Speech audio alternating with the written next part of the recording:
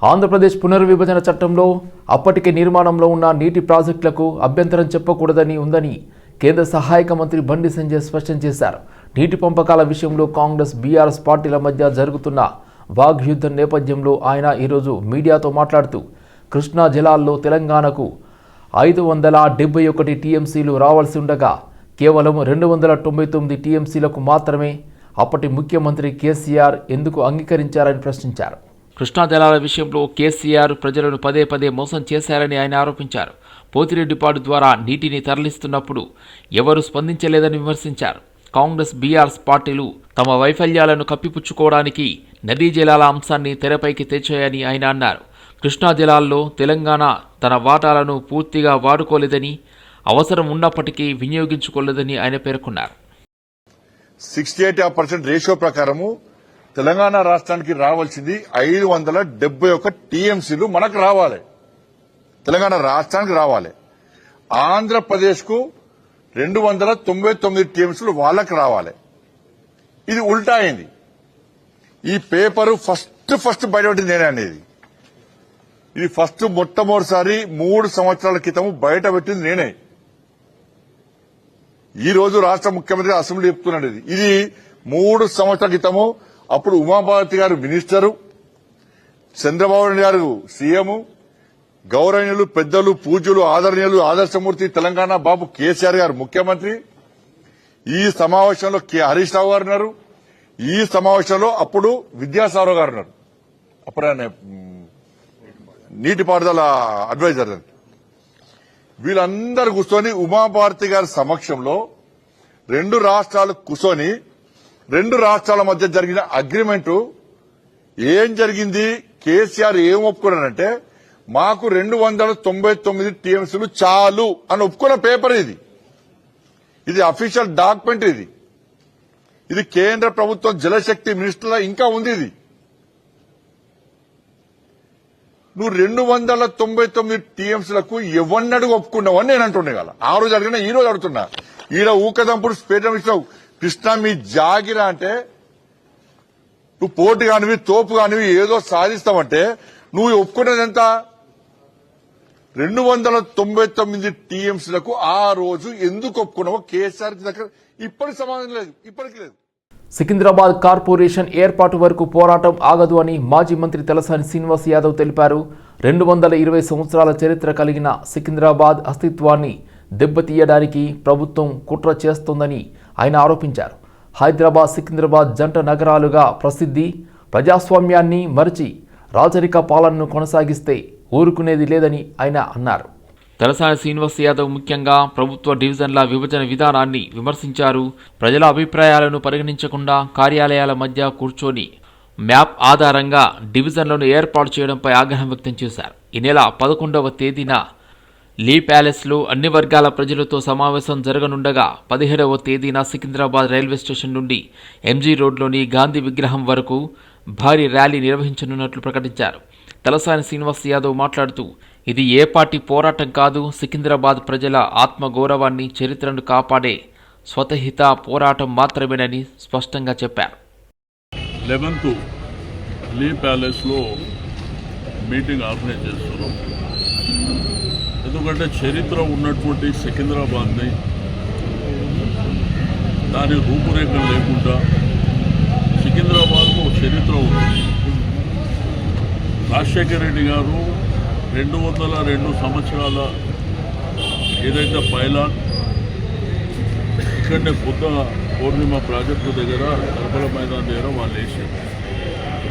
సికింద్రాబాద్ అంటే లష్కర్ బోనాలు, రాష్ట్రపతి విడిది, defence, Secunderabad railway station, arts college, medical college, దీంతో పాటు సికింద్రాబాద్ పరిసర ప్రాంతాలు అంటే బొల్లారం కావచ్చు, బోయినపల్లి కావచ్చు, ఇక్కడ సికింద్రాబాద్లో ఉన్నటువంటి అంటే చరిత్ర ఉన్నప్పటి నుంచి జంట నగరాలు. ట్యాంక్ బండ్ అటువైపు హైదరాబాద్, ట్యాంక్ బండ్ ఇటువైపు సికింద్రాబాద్.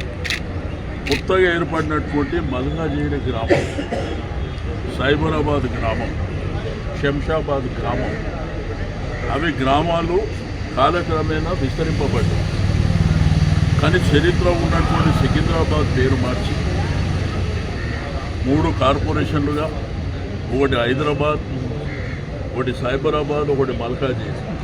అంటే సికింద్రాబాద్ చరిత్ర మార్చేటువంటి ప్రయత్నం.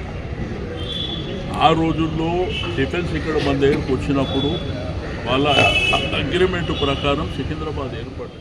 Hyderabad Banjara hills road number 11 పరిధిలో ఉదయనగర్లో ప్రమాదం చోటు చేసుకుంది.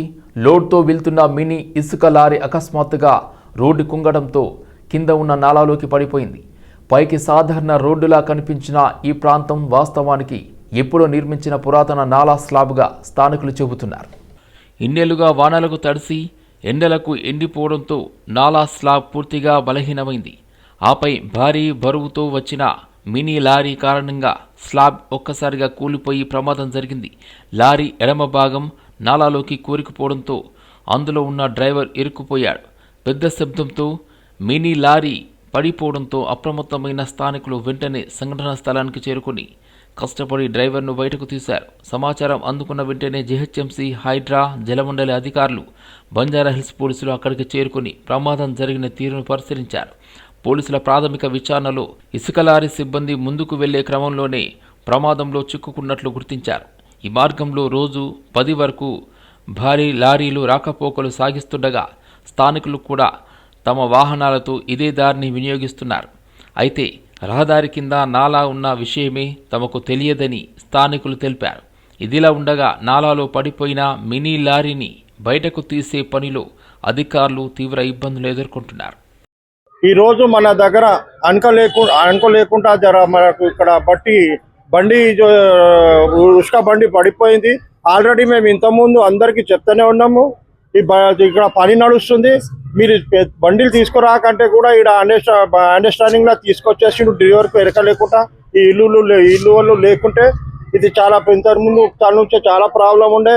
ఆల్రెడీ మా డివిజన్ మేయర్ గారు, హైదరాబాద్ మేయర్ విజయలక్ష్మి గారు ఆల్రెడీ మన దగ్గర ఇక్కడ రోడ్లు డ్రైనేజ్ లైన్ అయినా కానీ, నల్ల అయినా కానీ, నాగేందర్ సాబ్ కానీ ఎవరైనా ఇక్కడ వచ్చి మంచిగా పని నడుస్తుంది. దానివల్ల మధ్యలో ఏమైందంటే మా అండర్స్టాండింగ్ లా మన ఇక్కడ రోడ్ షీట్ నెంబర్ 7 గలీలోకి వెళ్ళి వచ్చేసింది బండి. అనుకోలేక డ్రైవర్ ముందుకు తీసుకొస్తే ఇలా కాలువలో పడిపోయింది. దానికి ఎట్లా చేయాలని అనుకున్నాము. అప్పటి వరకే మన డీసీ గారు వచ్చినారు, జేసీ గారు, ఏఈ గారు అందరు వచ్చేసి ఇన్ఫెక్షన్ చేసి పోయారు. భాగ్యనగరంలో సినీ నటి నివేతా ఫెతురాజ్ సందడి చేశారు.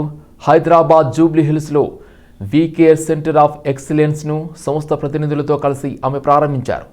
దేశంలోనే తొలి సింగిల్ డే ఫేషియల్ ఆర్కిటెక్చర్ సెంటర్గా వీకేర్ సెంటర్ నిలుస్తుందని సంస్థ వ్యవస్థాపకురాలు కరోలిన్ ప్రభా తెలిపారు. అంతర్జాతీయ ప్రమాణాలకు అనుగుణంగా ఆధునిక సాంకేతికతతో కూడిన వ్యక్తిగత స్కిన్ కేర్ సేవలను అందించడమే లక్ష్యంగా ఈ సెంటర్ను ఏర్పాటు చేసినట్లు ఆయన తెలిపారు. ఒకే రోజు 7 అత్యాధునిక లేజర్ టెక్నాలజీలను 3 డైమెన్షన్ స్కిన్ ఆర్కిటెక్చర్ విధానంలో చికిత్స అందించనున్నట్లు తెలిపారు. వీకేర్ లో ఆల్రెడీ 83 క్లినిక్స్ ఉన్నాయి. ఈవెన్ హైదరాబాద్ లోనే 9 క్లినిక్స్ ఉన్నాయి. మన ఓవరాల్ 28 క్లినిక్స్ ఉన్నాయి. అది కాకుండా ఇప్పుడు వచ్చి సెంటర్ ఆఫ్ ఎక్సలెన్స్ ఓపెన్ చేస్తున్నాం. కొరియన్ టెక్నాలజీ, ఇండియన్ స్కిన్ కి తగ్గట్టు ఇక్కడ సెంటర్ ఆఫ్ ఎక్సలెన్స్ లో ట్రీట్మెంట్స్ అనేది ఇవ్వబోతున్నాం. దీంట్లో వచ్చి ఉండే మెషిన్స్ అన్ని చూస్తుంటే మీకు world wide the best machines, best technology తీసుకొచ్చిండం. వీకేర్ ఎప్పుడు ట్రస్ట్ చేసేది డయాగ్నోసిస్ స్కిల్స్ లో ట్రస్ట్ చేస్తాం. డయాగ్నోసిస్ ప్రాపర్ గా ఉంటే ట్రీట్మెంట్స్ డిజైన్ చేయటం ఈజీ. సో అదేలాగా ఇక్కడ కూడా డయాగ్నోసిస్ కంప్లీట్ గా మీ ఓపెన్ పోర్స్ ఎలా ఉన్నాయి, పిగ్మెంటేషన్ ఎంత డీప్ గా ఉంది, రింకిల్స్ ఎక్కడ ఉన్నాయి, సో దానికి తగ్గట్టు ఏ ప్లేస్ లో వర్క్ చేయాలనో ఆ ప్లేస్ టార్గెట్ చేసి వర్క్ చేసేలాగా మెషిన్స్ అన్ని ఇక్కడ లాంచ్ చేసిండు. సో డెఫినెట్ గా ఇది హైదరాబాద్ పీపుల్ కి వచ్చి ఒక ఇదిగా ఉంటది. సో మీది support. Morning, you want my as soon as I wake up, I'll have a glass of a pinch of pink salt and lemon, a glass. 15 minutes tarvata I'll have a coffee with ghee and collagen. But I don't know how well the collagen works, but I still take collagen. And dan tarvata I take honey, manuka honey. So this is my non-negotiable. Idi kachidanga every day I will do it. Dan tarvata I take care of my skin, like I go for facials.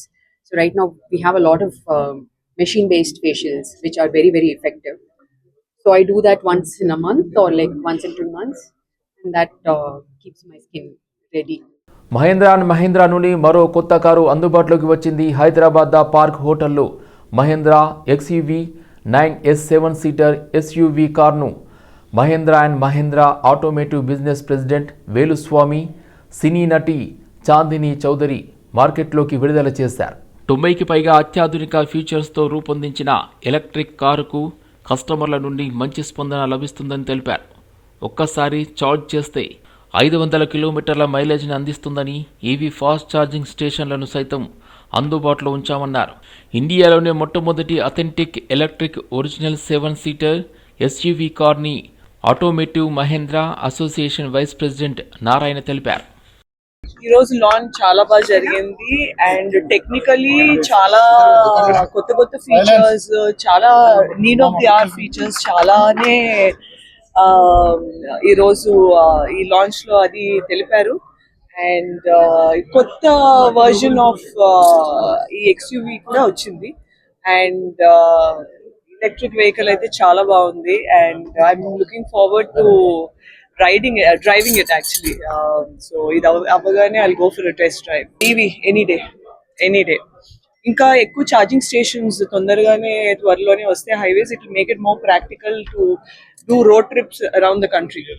So yeah, I think at this point electric vehicles are the need of the hour. Manakunne ippudu AQIs manandaru telisinde pollution adi enta darunanga undo. So I'm so glad Mahindra ఏ విధంగా కూడా compromise అవ్వకుండా ఒక మంచి price తో it's coming up with such good electric vehicles. ఈ experience దేనికంటే customer వస్తే 7 seater option కి 2 వేరియంట్స్ ఆప్షన్ ఇద్దామని చెప్పి, ఒకటి ఐస్ ఇంజిన్ లో, ఒకటి electric engine, mail engine. So ఈ రెండిటికి మనకి ఏంటంటే ఏది కస్టమర్ చాయిస్ ఉంటే ఆ చాయిస్ కస్టమర్ తీసుకోవచ్చు. ఇంకోటి ఏంటంటే ఫస్ట్ టైం మీరు 7 Expo లో చూసుకుంటే డావెన్సీ డాంపెన్ టెక్నాలజీ వరల్డ్ వైడ్ లో first time it has be introduced. ఇంతకుముందు లేదు, ఇది ఫస్ట్ టైం ఇంట్రొడ్యూస్ చేసింది.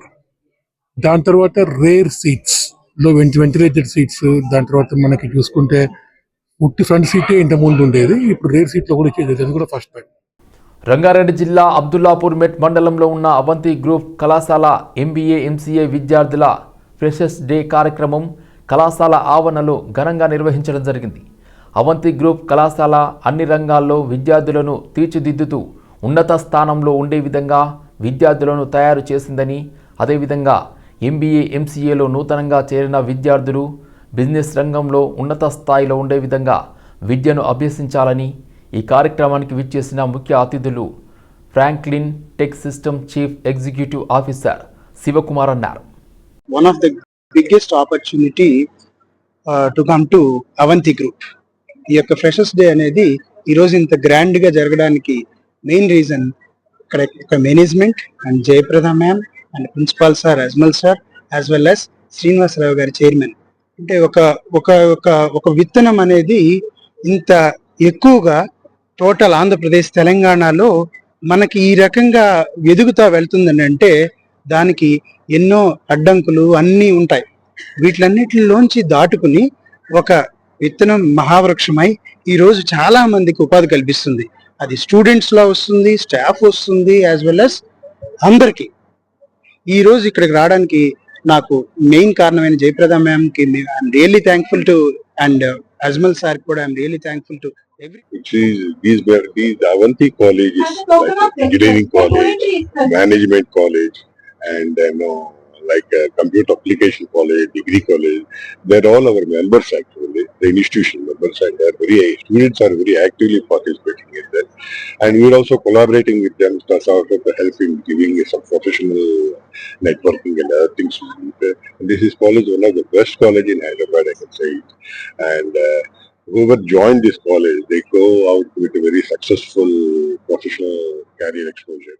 బాచుపల్లి పోలీస్ స్టేషన్ పరిధిలోని MDMA నిషేధిత మారక ద్రవ్యాలను కొనుగోలు చేసి విక్రయిస్తున్న 2 వ్యక్తులను పోలీసులు అరెస్ట్ చేశారు. వారి వద్ద నుండి 11.34 గ్రాముల MDMA, 3 సెల్ ఫోన్లు స్వాధీనం చేసుకున్నారు.